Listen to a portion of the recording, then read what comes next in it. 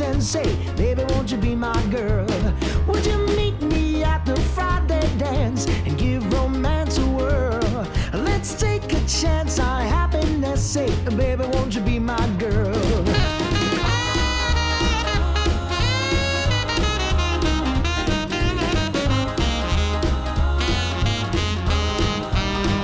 Won't you?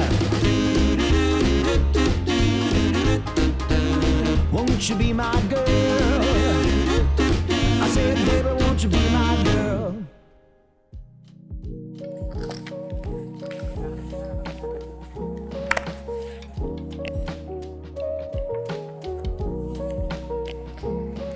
We have a very strong hand here, so we're gonna open. 15. All right, this hand, again, could kind of go a couple ways, but I think that button I'm more likely to flat. At least some frequency, and cutoff we should be a little more inclined to just 3-bet. So I'm gonna 3-bet this time. 50.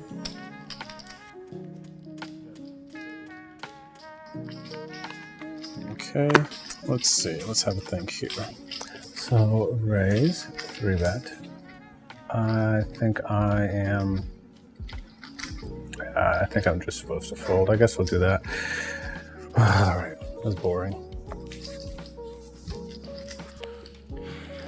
So in this situation, I think it's pretty clear that Matt does have a relatively strong hand, especially considering that he's acknowledged this as being extremely tight. However, using that, I think we're gonna do one for the cameras, so to speak.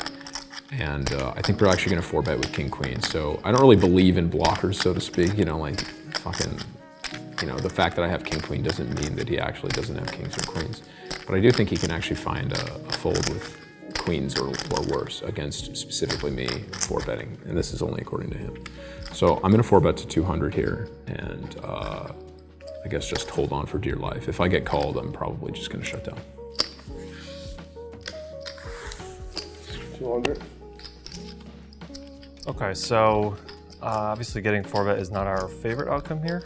Interesting how deep we are, because this hand in this configuration is, I think, pretty relevant in terms of the blockers we have. I think ace, queen, queens, kings will all 4-bet pretty high frequency. And I'm just wondering if I can get away with ripping this. Something like, stop shuffling for a second, I can see. Okay, so it's 3, 5, 1K. It's about 1,200. So it'd be a pretty big just jam here. And so I'm wondering if I could ever 4-bet small fold. 5-bet small fold, which feels somewhat outrageous, but I think that for the most part it just looks so nutted that maybe we can get away with it. We're also in position, so I don't think flatting would be the most outrageous thing, but I think we much prefer to have suited if we're gonna call, because SPR will still be like 3. It's not like we can only make a pair and hold on. We can do some stuff if we make flush draws and whatnot. Even backdoors potentially, but offsuit feels a little bit more attractive to just go for it here. I also think just in the dynamic right now, he's probably willing to reach for this 4-bet a little bit more than normal. But if we 5-bet, it's just really hard for him to like 6-bet air, even to 6-bet like somewhat like lower down value hands. The only thing that's awkward is I wish we were like 1,500 effective instead, because it's a little bit easier for me to be flexible with my sizing to achieve fold equity without basically committing stacks. Because that's a little bit of a disaster if I like go to 500 and fold for, actually be, is that 700 more? 3, 5, 1, yeah, 1,200. So the question is like, is it just suicidal to go 430 here and then fold to a jam? I think probably not. I think it's probably okay. Yeah, I mean, the more I think about it, the more I think it just looks super duper nutted. So if he wakes up with it, he wakes up with it. I don't have any sort of read on that, but I think going 430 to 450 and folding to jam is gonna do okay.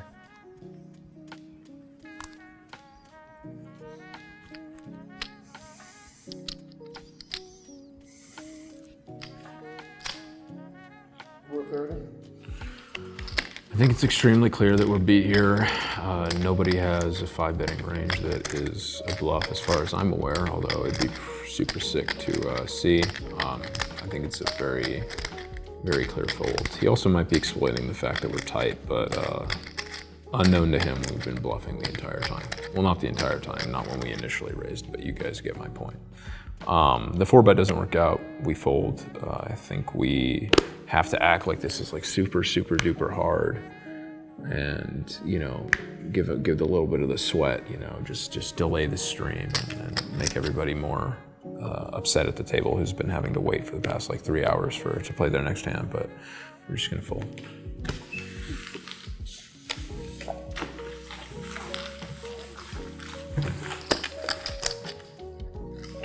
You had me, right? Like for sure, probably, right? I don't know what you had. The second nuts. You didn't fold kings, did you? You didn't fold kings? Yeah, I did.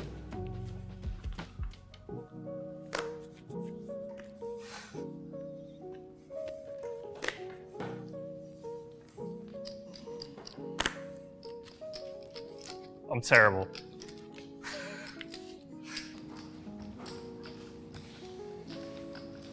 All right, folds to us in the small blind, and we can play this hand. Let's see.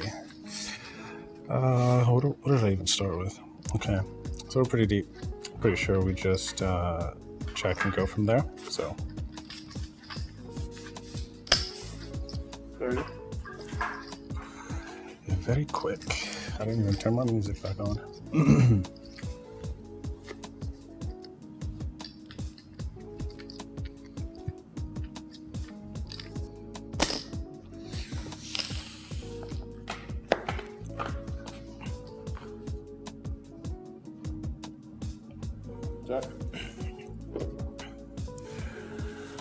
All right, so I bet pre-flop for obvious reasons, and here we are with a pretty good flop. It's very connected, very wet, and very dangerous. I have a strong hand, but there's no guarantee of winning, so I'm definitely going to bet big. If he doesn't have anything, that's fine, but I'm not going to pile on the chips in on the turn of the river when I have a losing hand.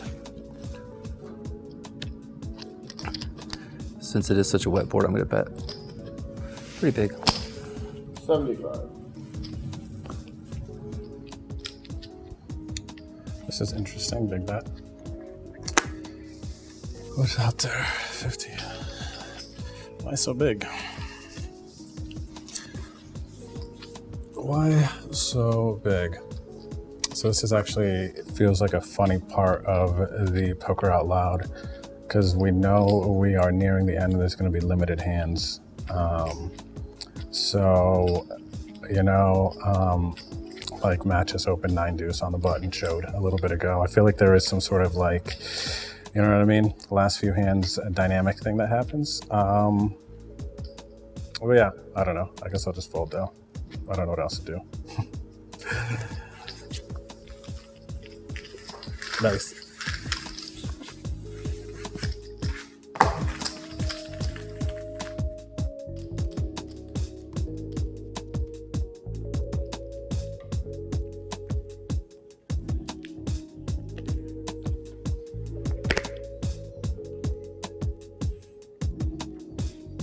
All right, well, I have no idea if he actually folded kings there, but if that's true, if I have a hope of getting it past kings there, then my combo choice is awful. I should definitely always have an ace when I do that, but hey, at least it worked. I am going to open this hand up, though, and just going to make it my normal 15. 15?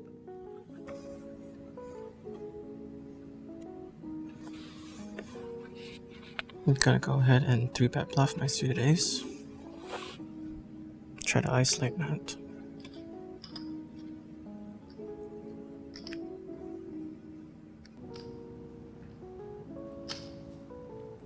please have a hand, please. I want to chase some losses, and I haven't been able to justify doing it. Then I hit it.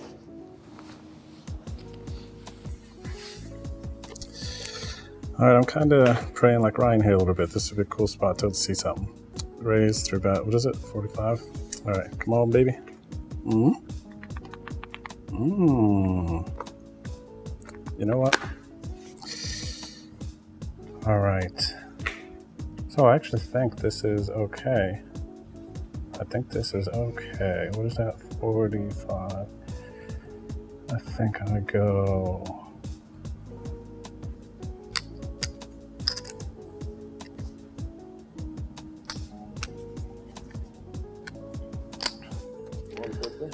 This hand is terrible.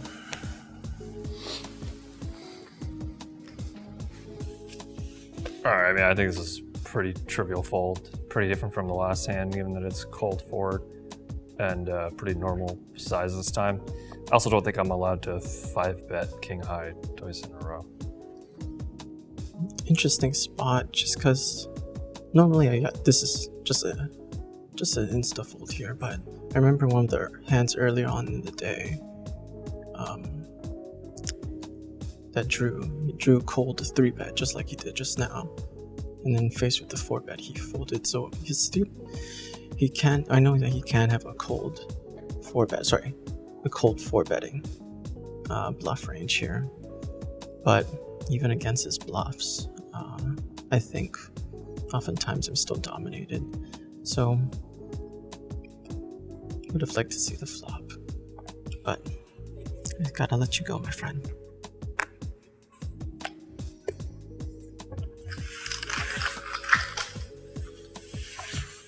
What's that? You 3-bet me light. Yes. My under the gun open.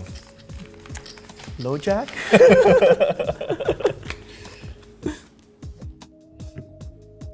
Nice, Andrew. Punish him. Fucking punish him. I was trying to punish both of you, actually. Well, he already punished me. Well, there was once earlier on in the game he called a cold 4-bet. He did. And then you 5-bet he folded. I did.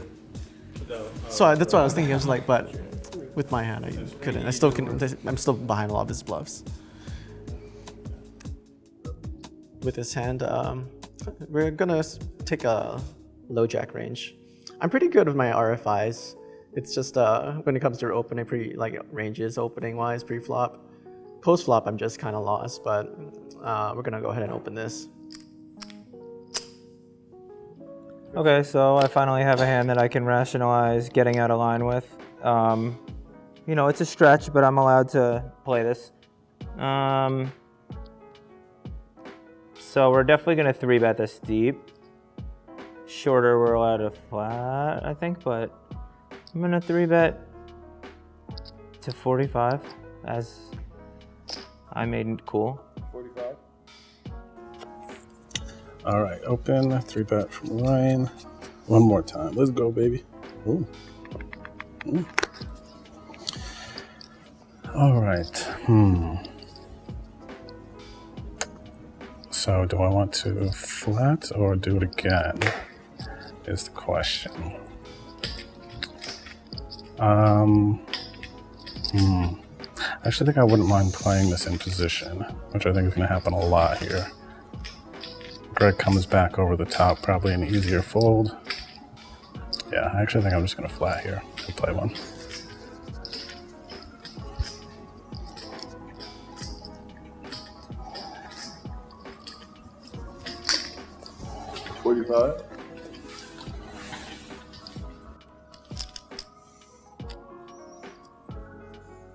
Man, these guys just don't believe under the gun opens.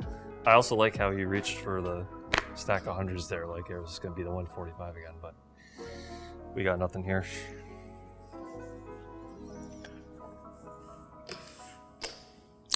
I'm so annoyed because I know Queen 9 suited, I believe, according to Jonathan Little's GTO cash game preflop charts.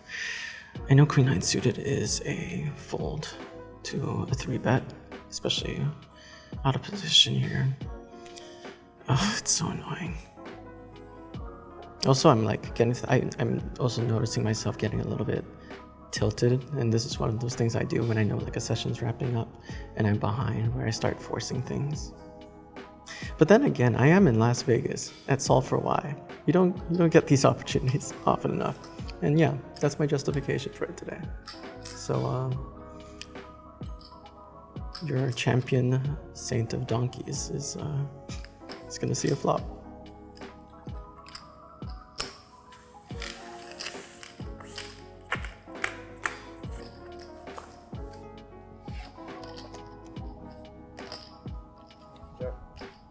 Okay, so I don't know what the fuck Drew is cold calling with, since he's cold 4-betting sometimes. So pre-flop I was sort of lying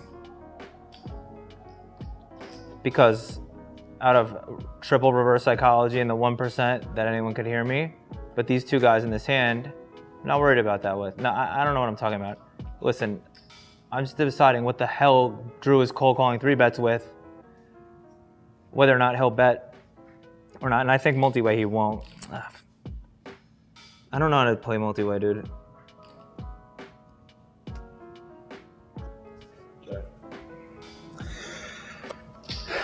All right, so Ryan checked for check. I actually kind of wanted Ryan to bet. I was gonna raise, but now do I take the free? No, I don't think I do. I actually think what I'm gonna do is bet and barrel all cards that help me. Yeah, I think that's what I want to do here. I'm not just gonna try to check out there. We're gonna be aggressive. All right, let's, I made it 45, 40. I think I made it 40. So what do we got, about 120, 130? Let's go. Yeah, all right, we're gonna bet here like 45, 50.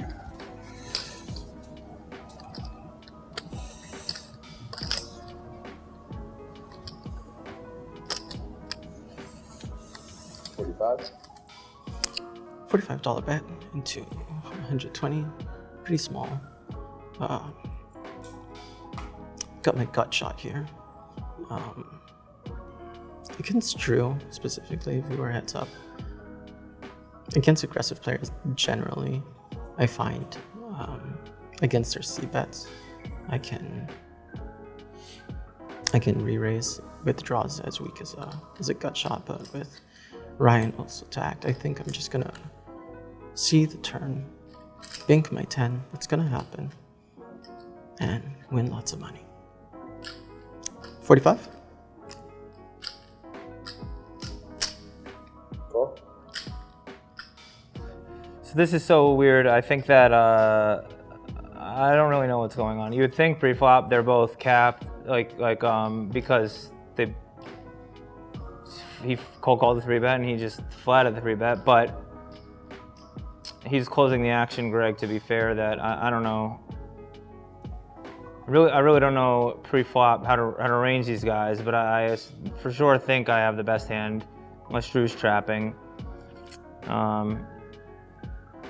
You know, Greg probably has a lot of Jack X, so I don't think he'd chase gut shots in a 3-bet pot multi-way, right? So I figure he has some type of shit. Drew could just have random bluffs, and hands like 9s would fit in a cold call of a 3-bet range. A lot of times when people do that, they say it's 9s, 10s, jacks. So I think I'm gonna raise here and try to get value from one of them. I don't know. I don't want to get too sneaky and just screw myself later. So I'm gonna raise for value and protection, which is one and the same. It's really fucking corny when I say that shit. That's like Sammy Farha strats. Like I really shouldn't be giving anyone strategy advice.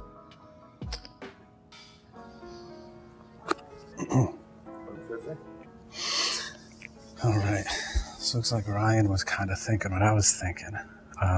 Let's see here. Okay, so I actually was thinking what I would do if there was a raise here.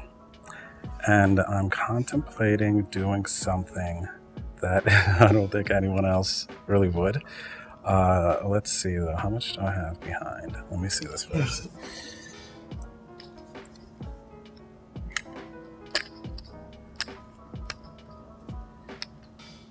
Okay, so we have 890 behind. see if I make it. We got about 120, about 2, and now there's 450.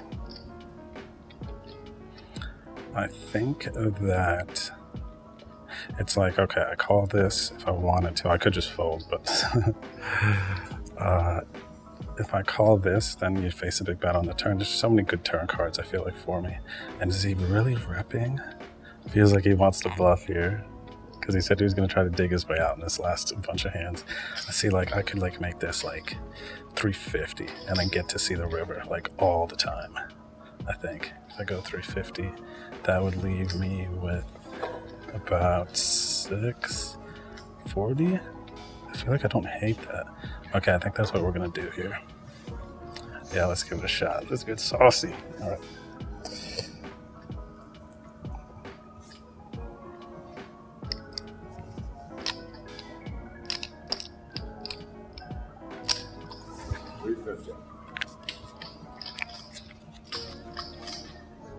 God fucking damn it.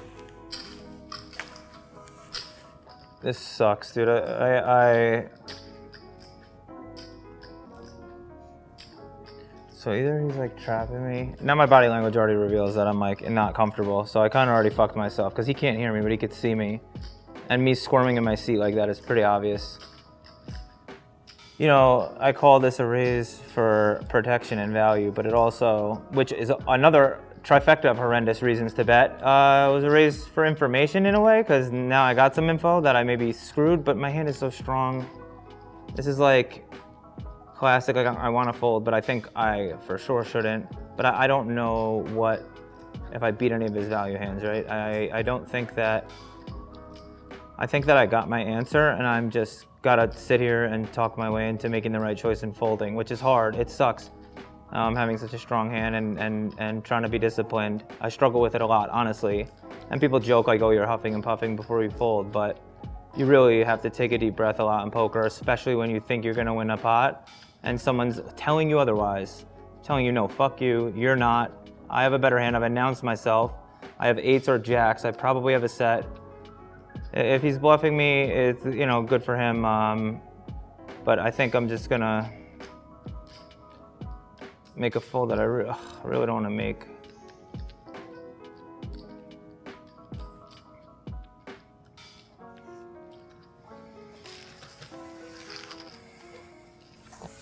You see it? Let me see. You guys are sickos. I had fucking queens.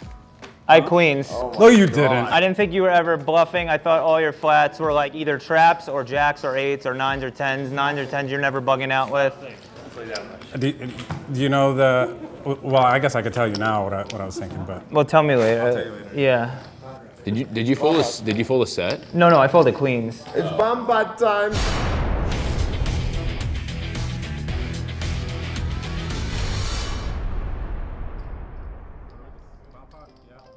Headphones rolling.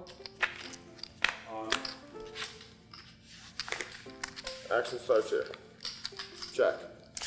Top pair marginal kicker with 6 players. We are going to check. Check. Check.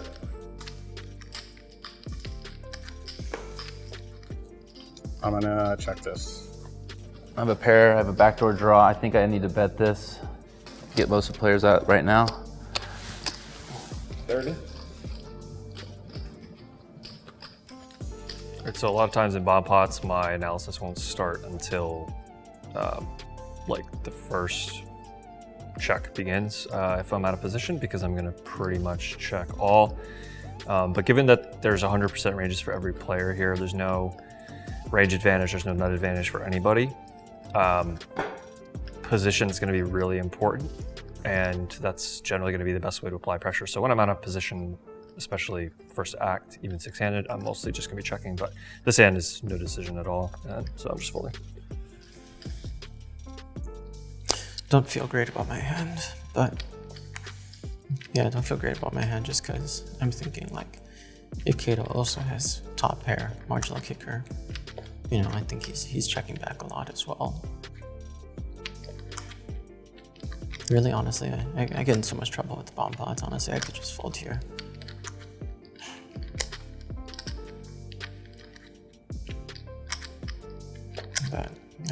I'm just gonna have to defend at least one time here.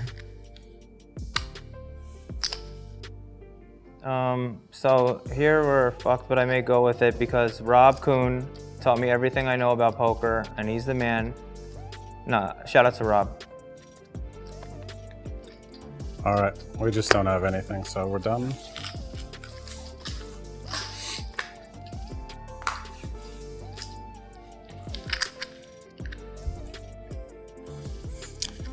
Obviously pick up trips here, which is nice. It also makes it less likely that Kato has an ace. But if he doesn't, what is he betting on the flop? Again, I think this is gonna be something I'm gonna just have to check call.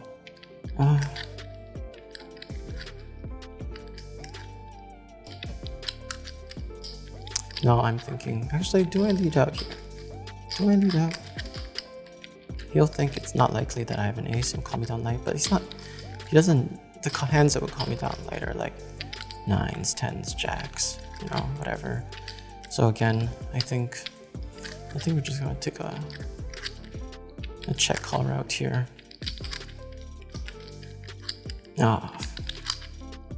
When you have trips and you just hate the position you're in, I'm just gonna check call this.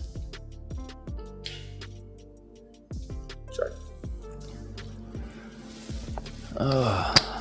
If he called me on the flop, he probably has at least a pair. I don't like betting on or kind of bluffing that boards, that pair. Not a lot changes. And if he had, say, like a 7, it's less likely to have an ace, so he'd probably call. If he has an ace, of course he's going to call. And I have a pair, I have some showdown value. So I think we'll just take a free card and I'll check back.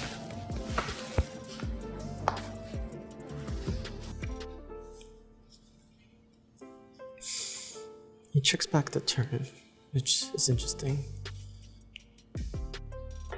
Another gold nugget I picked up from Maria Konakova's book was just like, figure out the why, like why someone does things. And it's really shaped the way I view poker, and just like, and now just another tool in the arsenal, just now asking like, why does Kato bet?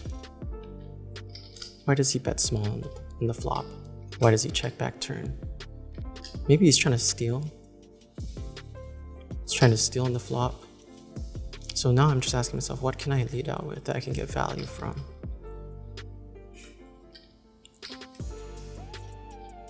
Maybe he has like 7, maybe he has 7 deuce. Or maybe slow played a7, something like that. The value hands he has, I think I'm absolutely crushed by. And his bluffs, I think he has complete air, so I think I want to keep his bluffs in. I've unwrapped my hand a lot here, especially if I check river. And hopefully he takes a shot at the pot. And I'm ahead, hopefully.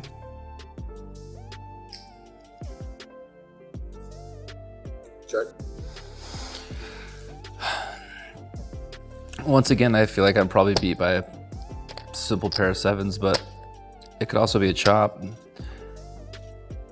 And I don't think that I'm gonna get him off a pair of 7s at this point. So, we'll check. Whew.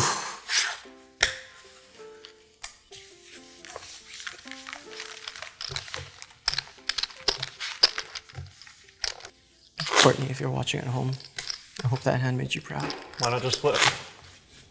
Why not just flip for all of it then? You say the word.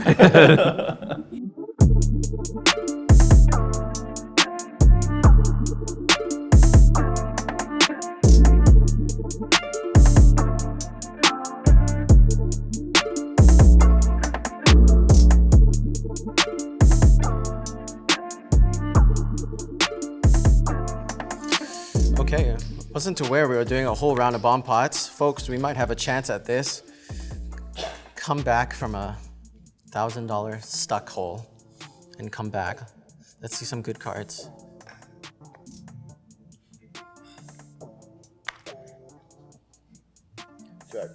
So Drew wrecked me before, and I'm not going to let the same mistake happen twice. No, I don't even know what I mean by that. I'm not going to check raise. I'm just going to bet and let one of these guys pay me. 50. All right, let's see what we got here. It's okay. Oh my gosh, this is funny. All right. Well, I actually think I'm just going to, I actually don't know if I should raise or call. He's got like 6 something.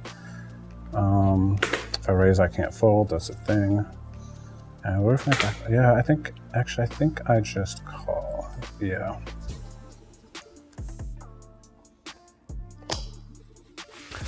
All right, so this is another situation where I just think it's probably better to avoid it.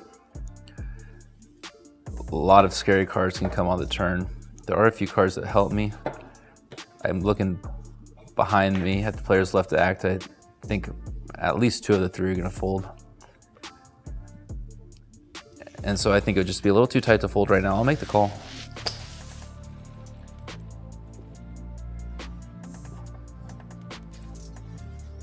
All right, so playing on season 6 of Poker Out Loud, which is available on the S4Y subsite, sick plug. We did these bomb pots as well, and what I noticed a lot of was small betting, small raising, and blockers to pairs and sets are really the most valuable. So I'm definitely tempted to just stuff in a small raise here with second pair, a backdoor straight draw. But I think my exact combo is not great for it because when I make 2 pair, a straight comes in. I don't have a diamond, which means I both don't block flush draws, and if running diamonds come, I never make a flush. And I think that in particular, when 3 people go in front of me, Ryan specifically is gonna have some hands that he just feels handcuffed to his equity and will just jam. Whereas if it was just a bet from him, and if it was a bit smaller and there were 2 folds here instead of 2 calls, I would be able to sort of leverage a larger SPR and make a small raise that's still going to have fold equity. Whereas here, SPR, because of the other 2 players in the hand and the large bet size, kind of just forced me to fold this rather than play it aggressively. But I just wanted to say that I was trying to find a way to do it.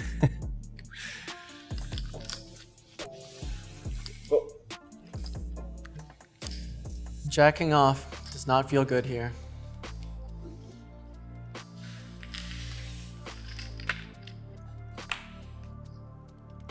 All right, so on the flop, I should have taken more time to think and probably bet bigger. So I think I have to keep the lead. You know, I think that a lot of 7 overpairs, diamonds are calling, you know? So I think that, how much is in the pot though? 150 plus 90.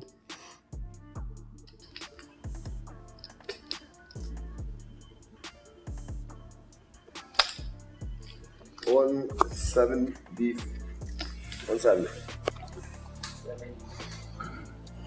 Okay, so Ryan has bet 170. What was it? Pre-flop for 50. Okay, so turn is interesting, right? Let's see. So we have top pair and the nut flush draw. I don't know this turn. He's got like 150, 450 behind. Do we just call? Try to get it on this turn. I actually. We also have PokerBeast behind to think about, but he's probably pretty draw or weak, right? I got the best draw. I think I can. I mean, I don't know if Ryan's bluffing here, so he's got something, right? Could have a set. I think I'm a little bit torn, but I think I'm just going to call and kind of go from there. Feels not bad.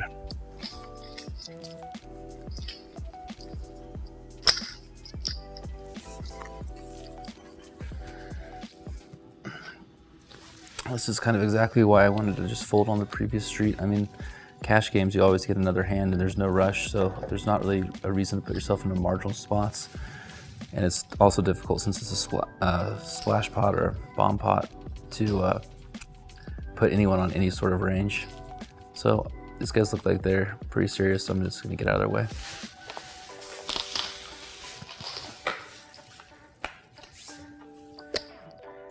So this river is like AIDS, diarrhea, like the worst, like Doug Polk videos, like the worst things you could think of all in one. This is fucking, I want to die. I'm about to jump off a bridge. I hate Drew.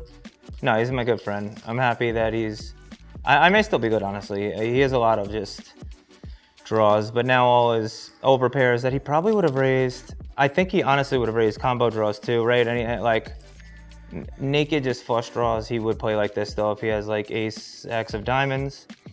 I don't know if a 7 would still call the turn actually, so this isn't as bad as I actually first thought after seeing it. And also, I was being a little disingenuous, trying to be funny, which I really want to chill because it's for real money and actually think and not perform. But I'm always doing a combo of the two in my life. I'm debating, whether or not I want to block, I think, and because I know that I really think if you had a hand like 8, 9 of diamonds, 8, I really only lose his over pairs now that he was calling with, right? I mean, 10s, obviously, but what random 10s does he have? 10x of diamonds, perhaps? I'm deciding if I check what kind of size bet I'm facing. I'm just thinking of what bluffs he has. If I check and then he blasts. I'm afraid I'm gonna check and he's gonna check back a 10.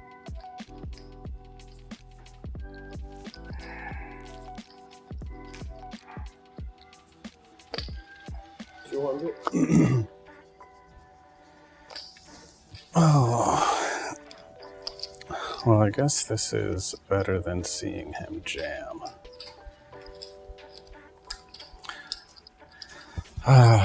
Does he bet a 7 on the turn? I mean, I don't think so. And the two other people continue betting a 7, kind of just hope they're on draws. I mean, I feel like no. So now, I mean, there's enough in the pot. If he had a boat, why would he not jam? Right? How much has behind?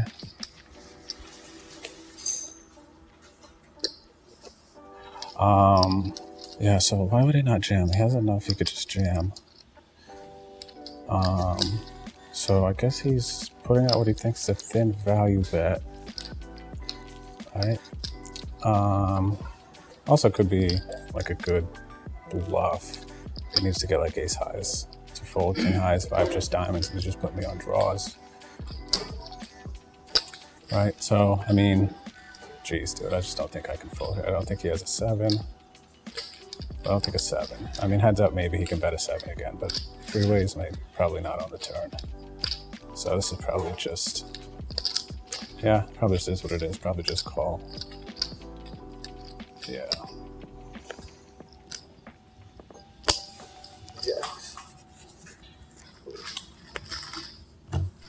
Do